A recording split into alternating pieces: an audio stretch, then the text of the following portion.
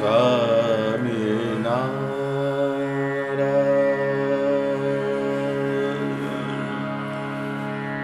સ્વામિનારાયણ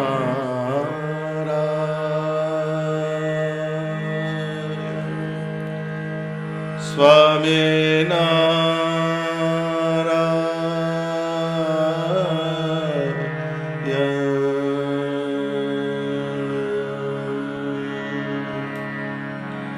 સ્વામિનારાયણ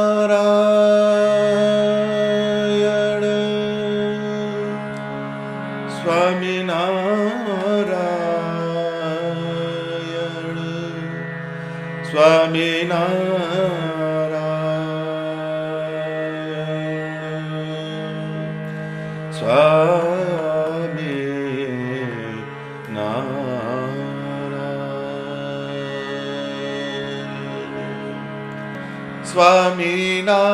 સ્વામિનારાયણ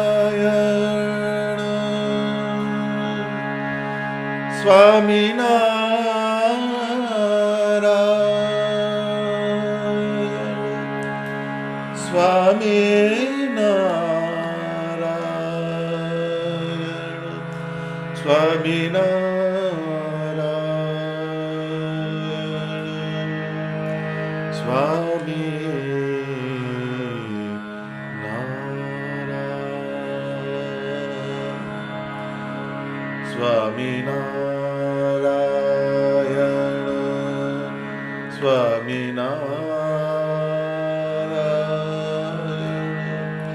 સ્વામિનારાયણ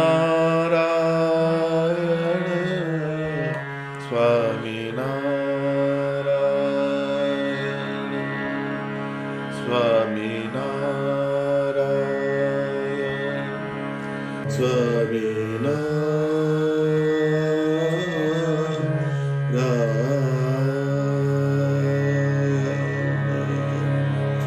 સહજાનંદ સ્વામી મહારાજની જય. સૌને મારા જય સ્વામિનારાયણ. વિવેક ચિંતામણી કર્મ જડકો અંગ ભાગ 2 તારીખ 22/11/2023.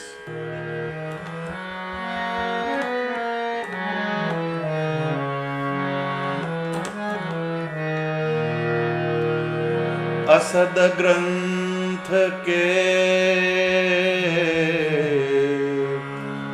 श्रवण से, असद ग्रंथ के श्रवण से जीव कर्म जड़ होत मुक्त कहे हरि भजन बीना वृथा मनुष्य तन खोत वृथा मनुष्य तन खोत.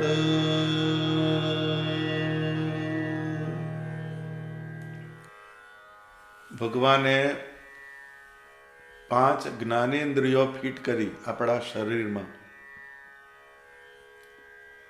એ 5 સ્થાન એવા છે કે જેનાથી આ બ્રહ્માંડમાં અને આ પિંડમાં શું ચાલે છે એનું જ્ઞાન થાય. એમાં ભગવાને શ્રવણ ઇન્દ્રિય મૂકી, કાન. એ કાન જે છે એ બહુ જ અગત્યની વસ્તુ. કાનથી તમે સાંભળો એનાથી જ બધી પ્રક્રિયા ચાલુ થઈ જાય.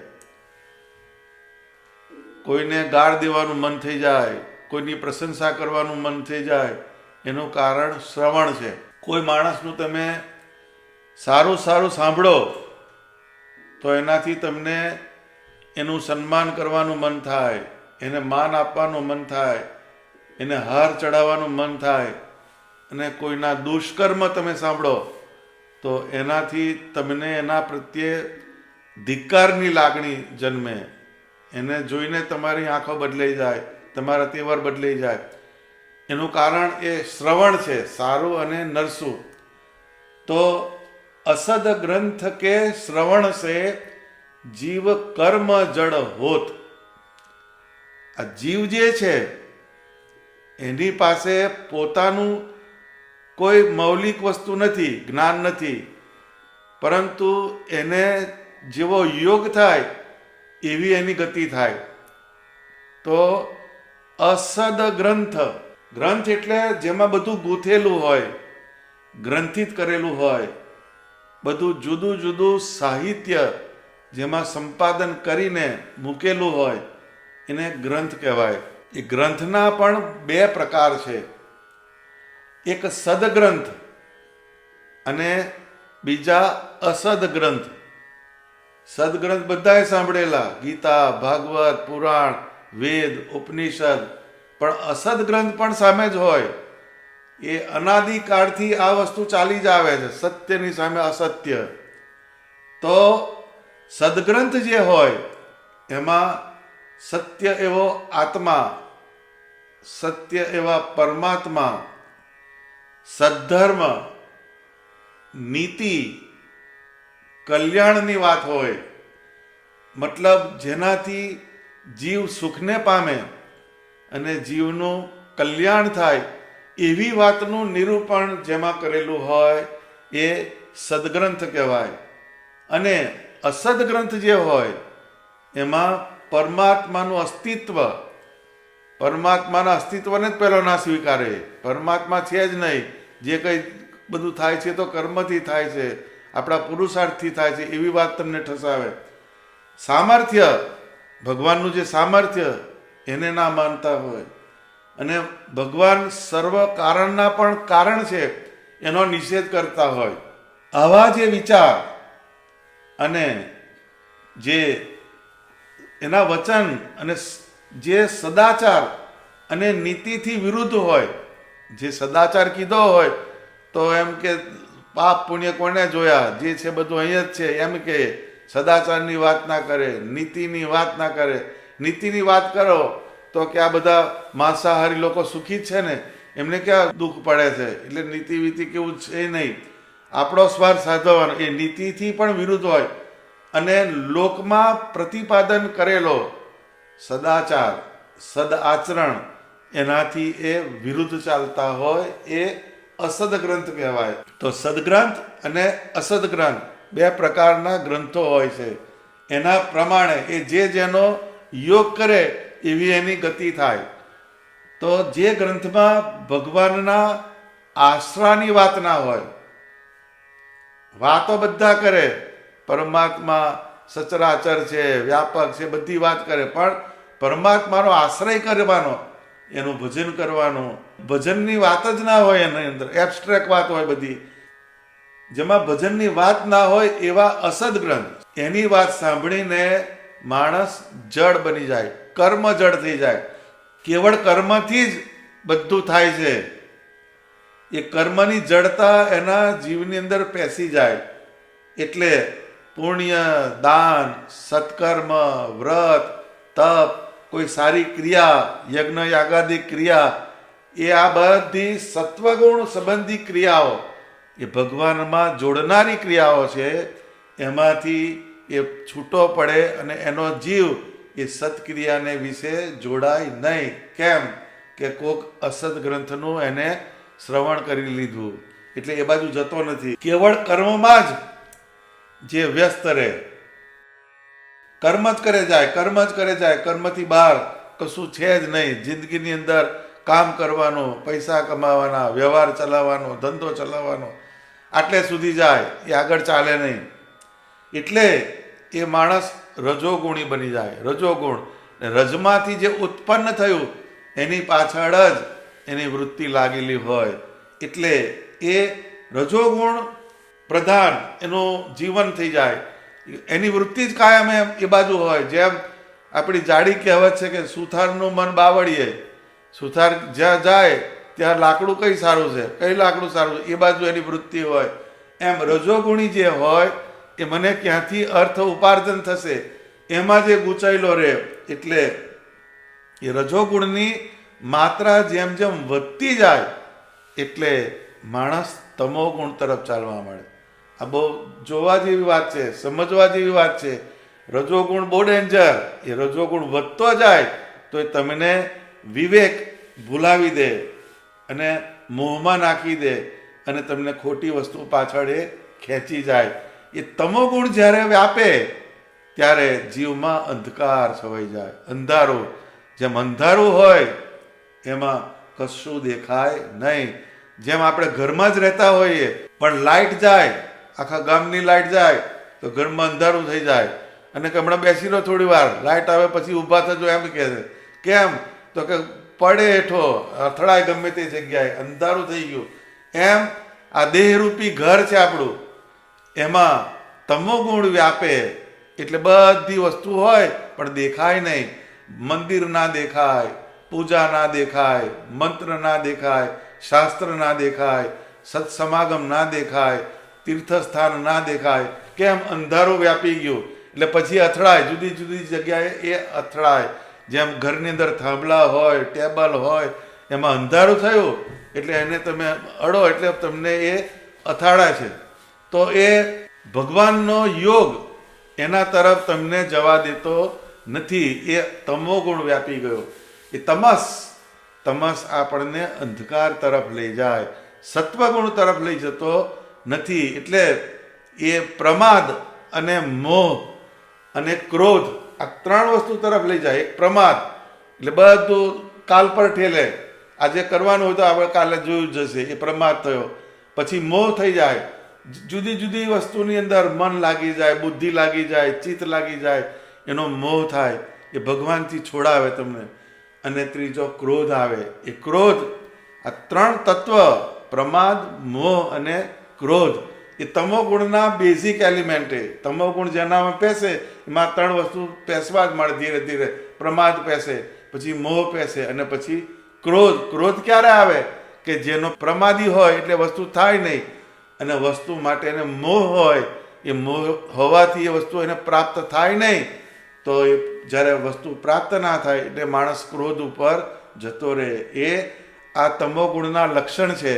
જીવનમાં આ ત્રણ પ્રવેશી જાય એટલે કોઈ પણ માણસ સર્જનાત્મક ક્રિયા કરી શકતો નથી. ક્રિયા કરે પણ એ અહીં નહીં આટા મરાવે એવી, એનાથી આગળ જાય, ડેવલપમેન્ટ બધું કરે પણ એક્સ એક્સિસ ઉપર, હોરિઝોન્ટલ વર્ટિકલ થાય નહીં, વાય એક્સિસ તરફ નહીં. વાય એક્સિસ એટલે પરમાત્માને પામવાનો જે માર્ગ, એના તરફ જે ગતિ કરવાની એને વાય એક્સિસ કહેવાય. અને એક્સ એક્સિસ એટલે હોરિઝોન્ટલ, સીધો સમાંતર ચાલે. જગત સંબંધી બધા ડેવલપમેન્ટ કરે, જગત સંબંધી બધી પ્રાપ્તિઓ કરે, એ વ્યવહાર છે, એના તરફ જઈ શકે. કેમ? તો કે એ કર્મ જડ થયો. કર્મ જડ થઈ જાય એટલે એ પરમાત્મા તરફ ગતિ કરી શકતો નથી. અહીંયા સ્વામીએ એને કર્મ જડની ઉપમા આપી. અસદ ગ્રંથ કે શ્રવણ સે જીવ કર્મ જડ હોત. કર્મની અંદર જ એ જડાઈ જાય એટલે આગળ ચાલી શકતો નથી. એ મેં કર્મ કર્યું એનું આ મને ફળ મળે છે એટલે મેંથી અટકી ગયો, કર્મથી એ અટકી ગયો એટલે પરમાત્મા તરફ એ જઈ શકતો નથી. જડ વસ્તુ ક્યારે પણ ગતિ કરી શકતી નથી. હાવ જડ જેવો છે એમ કહીએ છીએ ને આપણે, કે જેમ કોઈ વસ્તુમાં મોટિવેટર ના થાય એટલે એને જડ કહીએ છીએ. એટલે જડ વસ્તુ એ ક્યારેય ગતિ કરી શકતી નથી. પરિણામે આવા જીવ ભગવાન તરફ ગતિ કરી શકતા નથી. એનું મન માનસી પૂજા ના કરી શકે, એની બુદ્ધિ સ્વામિનારાયણ ભગવાનનો નિશ્ચય ના કરી શકે, એની ઇન્દ્રિયો ભગવાનમાં જોડાય નહીં, એના પગ પ્રદક્ષિણા ના કરે, એના હાથ માળા ના કરે, નવરો બેઠો બધો જ ધંધો કરે પણ માળા કરી શકે નહીં, કાન કથા ના સાંભળી શકે. કેમ? એ કર્મ જડ થયો. એ કર્મજળ ભગવાન તરફ ગતિ કરી શકતા નથી. એ જગત સંબંધી ક્રિયાઓ કરે પણ ભગવાન સંબંધી ક્રિયા કરીને ભગવાનની પ્રસન્નતા પ્રાપ્ત કરવાની જે ભક્તિ એના તરફ એ જીવ ગતિ કરી શકતો નથી. કેમ? એ કર્મજળ બની ગયો. માટે એનો મનુષ્ય જન્મ એળે ગયો એમ કહેવાય. એળે એટલે બધું ફોગટમાં ગયું, એનું કશું કામ આવ્યું નહીં. એટલે આવા મનુષ્યની મનોદશાને દેવાનંદ સ્વામી સમજાવે. બહુ સમજવા જેવું છે. ગાફલ બેગર જો આતન એડે ગમાયો, ધર્મ વિસારી ધંધે વળગ્યો, ધર્મ વિસારી ધંધે વળગ્યો, કુડે ધૂળ કમાયો જી. ગાફલ બેગર જો આ તન એડે ગમાયો, આરત રાખી ના ઉચ્ચારે રામ કૃષ્ણ મુખવાણી, ગ્રામ કથાના દિયે ગપોડા, જૂઠું જૂઠું જાણીજી. ગાફલ બેગર જો આતન એડે ગમાયો.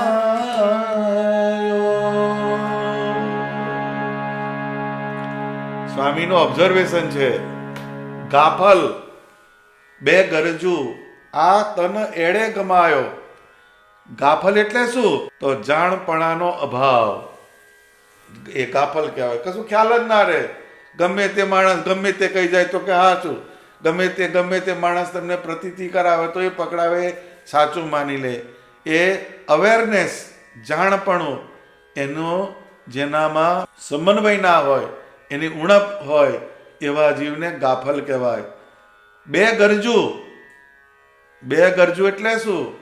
આ મનુષ્ય તન ભગવાને આપ્યું, એ ભગવાનનું ભજન કરવા માટે આપણને આ સારું શરીર આપ્યું, પરંતુ એને શ્રદ્ધા નથી. એ બે ગરજ થઈ ગયો.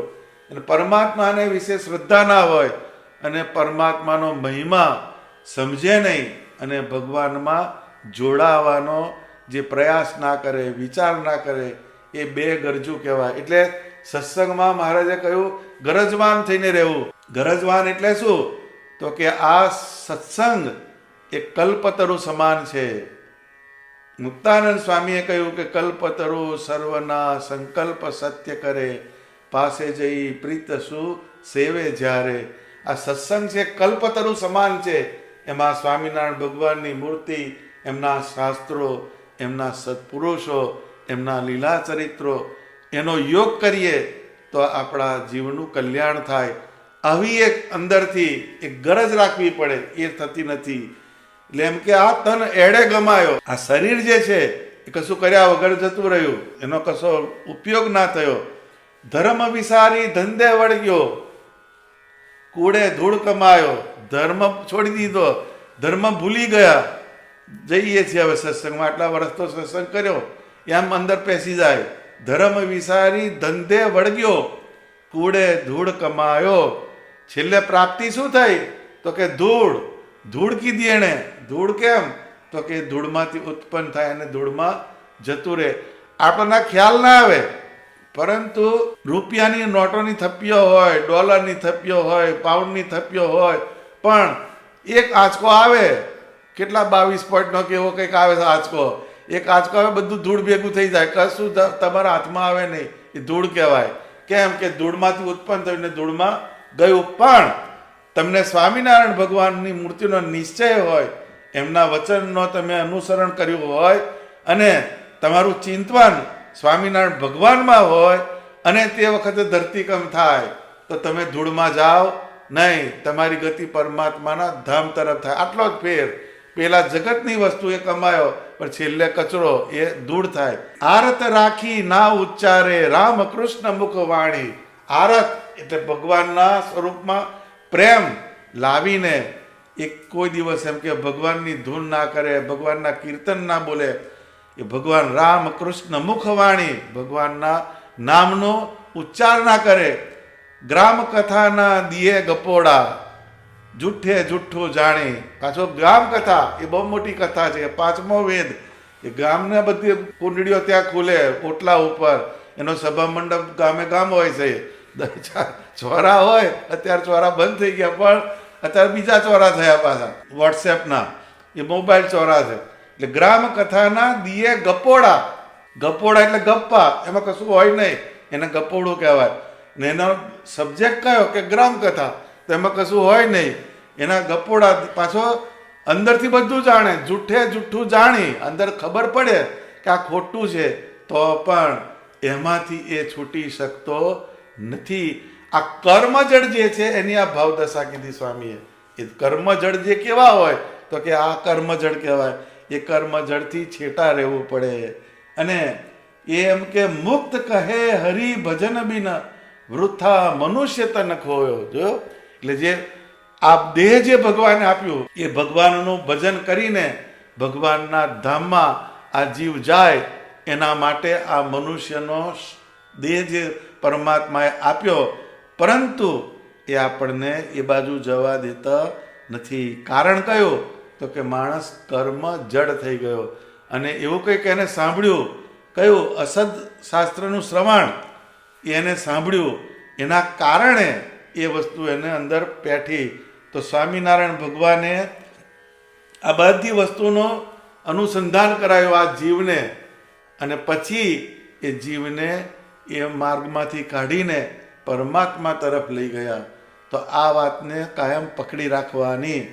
તો જે કર્મજળ હોય એ કેવા હોય ને એનાથી શું થાય, એ નિષ્કુળાનંદ સ્વામીએ ભક્ત ચિંતામણીના 158માં પ્રકરણમાં એની વાત સમજાવેલી છે. એ કર્મજળ એની ગતિ શું થાય, તો એ પહેલાં પહેલો એના મૂળની અંદર કોઈ અસદ ગ્રંથ એનું શ્રવણ થયું, તો એ સ્વામી પરચા પ્રકરણમાં વાત કહે છે, વળી ગઢડે વણિક એક તે તો કૂડે સહિત નાસ્તિક, કહે કર્મ વડે સર્વ થાય, એવું સમજી રાખ્યું મન માય. રામકૃષ્ણ આદિક અવતાર, તેનો પણ નહીં તેને ભાર, એવો ઢૂંઢીએ ઢાબરી પાડ્યો, મોક્ષ માર્ગ કર્મે દેખાડ્યો. આ હિમા શેઠની વાત છે. ગઢપુર ગામ છે, એમાં હિમા શેઠ રહેતા હતા. તો એ કુળે સહિત નાસ્તિક, એનું આખું કુળ નાસ્તિક હતું, એને કોઈ જગ્યાએ આસ્થા જ નહીં. કહે કર્મ વડે સર્વ થાય, આ કર્મ જડ છે, કર્મથી જ એમ કે બધું થાય છે, એવું એને સમજીને અંદર દ્રઢતા કરી દીધી મનની અંદર. અને રામકૃષ્ણ આદિક અવતાર, તેનો પણ નહીં તેને ભાર. આ યુગને વિશે જ્યારે જ્યારે જેવું કાર્ય જેવું કારણ હોય એ પ્રમાણે પરમાત્મા અવતાર ધારણ કરે છે, એનો એને ભાર પડે નહીં. એવી વાત એને સાંભળી. અસદ ગ્રંથના શ્રવણનો આ પ્રભાવ છે. એવો ઢૂંઢીએ ઢાબરી પાડ્યો, મોક્ષ માર્ગ કર્મે દેખાડ્યો. એવા લોકોના સંપર્કમાં એ આવ્યો, એના કારણે મોક્ષનો જે માર્ગ ભૂલાઈ ગયો, ને કર્મથી જ મોક્ષ થાય, એવી એને આખી વાતને પ્રતિપાદિત કરી દીધી. એટલે મોક્ષની જે વાત છે, મુક્તિ, આ જીવ કર્મ કરે, પરંતુ કર્મના ફળના પ્રદાતા એ ભગવાન છે. એ કર્મનું ફળ એ ભગવાન આપે તો જ આ જીવ કલ્યાણ તરફ ગતિ કરી શકે છે. એ મોક્ષની વ્યાખ્યા થઈ. તો એ મોક્ષ કર્મથી થાય. કર્યું પાપીએ પાપીનું કામ, ટાળી નાખ્યું બિચારાનું ઠામ. હવે એ પાપી એટલે જે આવા નાસ્તિક હોય, એ કર્મનું પ્રતિપાદન કરીને કેટલાય જીવને અવળે રવાડે ચડાવી દે. એટલે એને ટાળી નાખ્યું બિચારાનું ઠામ. ઠામ એટલે શું? એને ભગવાનનું જે ધામ એમાંથી એને ભટકાવી દીધો અને એને ઊંધી વાતને બેસાડી દીધી. ત્યાં તો આવ્યો દેહનો કાળ, આવ્યા તેડવા જમ વિકરાળ. કર્મ જે છે એ અમૂર્ત છે, અમૂર્ત. ક્રિયા કોઈ પણ કરો એ મૂર્તિમાન નથી, પરંતુ કર્મનું ફળ એ મૂર્તિમાન. તમે ગાળ આજે દીધી, એ ગાળ તો બોલાઈ ગઈ, જતી રહી, પણ ગાળ બોલ્યા પછી જે માર પડે એ મૂર્તિમાન, એનું ફળ મૂર્તિમાન. પણ કર્મ અમૂર્ત છે, એ મૂર્તિમાન નહીં, એ ફરતું રહે. કર્મ કરો એટલે ક્રિયા પતી ગઈ, પણ ક્રિયા કરવાને પરિણામે જે ફળ મળે છે એ મૂર્તિમાન છે. એ એમ કે કર્મ તે જ્યારે અંત સમય આવે ત્યારે કર્મ તમારી સાથે ના ચાલે, પણ એ કર્મ જે તમે કર્યું એના પરિણામે પરમેશ્વર તમને એ કર્મનું ફળ આપે, અને એ પ્રમાણે તમને કર્મના ફળ પ્રમાણે તમને ગતિ કરાવે તમારા જીવને. તો એ અંત સમય આવ્યો, ત્યાં તો આવ્યો દેહનો કાળ, આવ્યા તેડવા જમ વિકરાળ. અને જમના દૂત આવીને ઊભા રહી ગયા. આવી ઘેરી લીધો ઘર માય, મોટા મુદગર છે કર માય. યમના દૂતના હાથમાં તો મોટી ગદાઓ જ હોય, એના હાથમાં હાર ના હોય કોઈ દાડો, એ મારવાની જ વાત હોય. પોલીસના હાથમાં દંડો હોય, બંદૂક હોય. એમ યમના દૂત આ બધું લઈને આવ્યા. મારો મારો કહે મુખ વાણ કાઢો, બારે કહે જમરાણ. અને બહાર કાઢવાના, દેહમાંથી બહાર છોડાવો. પછી હિમે હૈયામાં વિચારી, હિમા શેઠ થયા અને હૈયામાં વિચાર કર્યો. જોયા ઢૂંઢિયા સર્વે સંભારી. જેની સાથે એને પ્રીતિ હતી, જેની સાથે એ કાયમ રહેતો, જેનો સમાગમ કરતો, એને સંભાળ્યા. પણ કોઈથી કાજ ન સર્યું, તેમ જમે જોર કર્યું, પણ કશું એનું હાથમાં આવ્યું નહીં. કેમ કે કર્મ જે કર્યું એ તો જતું રહ્યું, પણ એ કર્મને ફળ આપનારા જે પરમાત્મા, એના તરફ એના કર્મની ગતિ થઈ નહીં. એટલે એની દશા આવી થઈ. એટલે યમનાદૂત વધારે જોર કરવા માંડ્યા. ત્યારે થયો નિરાશી અત્યંત, પછી સંભાળ્યા સ્વામીને સંત. હવે એ બધાને જેને જેની જોડે એને પ્રતીતિ હતી એ બધાને સંભાળ્યા, પણ એમાં કશું છે નહીં. એનું કર્મનું શીખવાડનારા એવા જ હોય ને, એ પરમાત્મા તરફ જતા ના હોય, પરંતુ એ ગમે તે જગ્યાએ જતો હશે તો એ વખતે સ્વામિનારાયણ ભગવાન અને સ્વામિનારાયણ ભગવાનના સંતો એને દર્શન થયા હશે, તો એને સંભાળ્યા.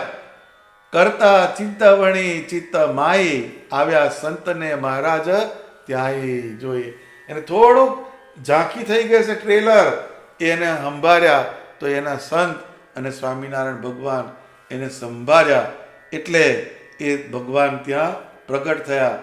લાવ્યા લોહની ગેડીઓ હાથે, આવી મારીઓ જમને માથે, પાડી રાડ ભાગ્યા જમ રાણ, દીઠા હિમેતે પ્રગટ પ્રમાણ. ભગવાન અને સંત ત્યાં પ્રગટ થયા, અને એ જમના દૂત જે છે એ ત્યાંથી ભાગ્યા. પામ્યો આશ્ચર્ય પરચો થયો, કેને ન કહ્યું સમજી રહ્યો. પછી એમ કે જોયું, એને આ બધું જોવે છે કે આ તો મારા પ્રારબ્ધમાં જ નથી આ વસ્તુ, અને આ યમના દૂતને ભગાડ્યા. એ દ્રશ્ય એને જે જોયું એનાથી એને આશ્ચર્ય થયું, પણ એને કોઈને કહ્યું નહીં. અંદર ને અંદર બધું વિચારે છે કે આ મારી આવી ગતિ થઈ હતી, એમાંથી મને આ સ્વામિનારાયણ ભગવાન અને એમના સંતોએ મને ઉગાર્યો. થયું સુખ શરીરમાં જ્યારે, કરી વાત વિસ્તારીને ત્યારે. આ બધું ડિટેલમાં લખે છે, આ પેલી વાત નથી, પરંતુ જે બને છે એ લખાય છે. એટલે જ્યારે શરીરની અંદર શાંતિ થઈ, સુખ થયું, થોડી કળ વળી, એટલે એને જે એની પાસેના જે હતા એને બધી વાત વિસ્તારીને કહી. કહે પામ્યો હું પરચો મોટો, આપણો મત માનજો ખોટો.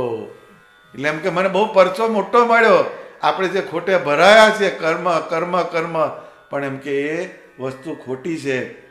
એટલે જો ન કરે સ્વામી સંત વાર, તો હું મરત ખાઈ ખાઈ માર. જો સ્વામિનારાયણ ભગવાન અને એમના સંત અત્યારે જો પ્રગટ ના થયા હોત તો મરી મરીને મારા બે હાલ થઈ જાત. એટલે નિષ્કુળાનંદ સ્વામી લખ્યું કે મત પંથ પર ડંકા દીધા, દૈવી જીવ ધામે વાળી લીધા. મુમુક્ષુ જન તાર્યા અનેક, એવા તો સ્વામિનારાયણ એક. એટલે જે મત પંથ એના પર ડંકા દીધા કોણે? સ્વામિનારાયણ ભગવાને. જુદી જુદી ખોટી માન્યતાઓ હતી, જે ખોટી ક્રિયા ખોટી માન્યતા એનાથી જે ધર્મનું પ્રતિપાદન કરતા હોય એના ઉપર ડંકા વગાડ્યા અને દૈવી જીવ એમાં જે ગૂંચાયેલા એને બહાર કાઢ્યા અને એવા મુમુક્ષુઓને, એટલે મુમુક્ષુ એટલે જેને મુકાવાની ઈચ્છા છે, મુક્તિની ઈચ્છા છે, એવા અનેક જીવને તાર્યા. એવા તો સ્વામિનારાયણ એક આ નિષ્કુળાનંદ સ્વામીએ લખ્યું, મેં દીઠું નજરે મોત મારું, પામ્યો દુઃખ હું શું શું સંભાળું. મેં મારું જાતે જ મારું ટ્રેલર જોઈ લીધું, મારું મૃત્યુ એ મેં મારી નજરે જોયું, એનું જે દુઃખ મને જે પડ્યું એ હું શું સંભાળું એનું વર્ણન થાય એવું નથી. આપણામાં કાંઈ ન ઉઘડ્યું, ખરા ખોટાનું પારખું પડ્યું. જે માન્યતા એને પકડેલી કર્મ જડતાની, એટલે એની અંદરથી એ બહાર નીકળ્યો અને ખરું ને ખોટું એ બે આજે મને સમજાયું. હવે જ્યાં લગી રહેશે આ તન, કરીશ મહારાજનું ભજન.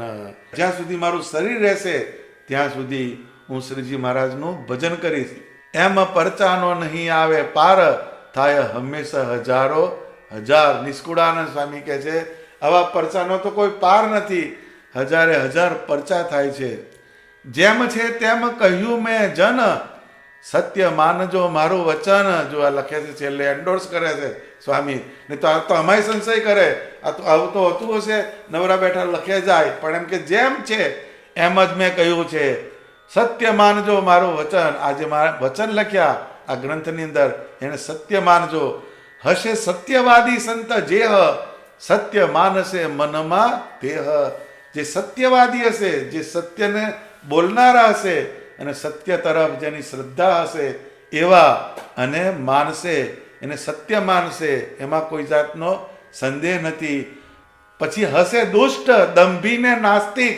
દુષ્ટ એટલે ખોટા વિચારવાળો, દંભી જે હોય એ ના દેખાડે, ખોટું દેખાડે, અને નાસ્તિક જેની કોઈ પરમાત્મા સંબંધી તત્વમાં શ્રદ્ધા નથી, આસ્થા નથી, એવા જે નાસ્તિક કહેશે ખોટી ખાંચો ખોડી છે કરે. ખોટી ખાંચો ખોડી ના હોય તેથી દૂધમાંથી પોરા કાઢે એમ કે છે આપણી ભાષામાં. એટલે દૂધની અંદર પોરા ના હોય, પાણીમાં હોય, પણ દૂધમાંથી પણ પોરા કાઢનારા આ સંસારમાં મળે.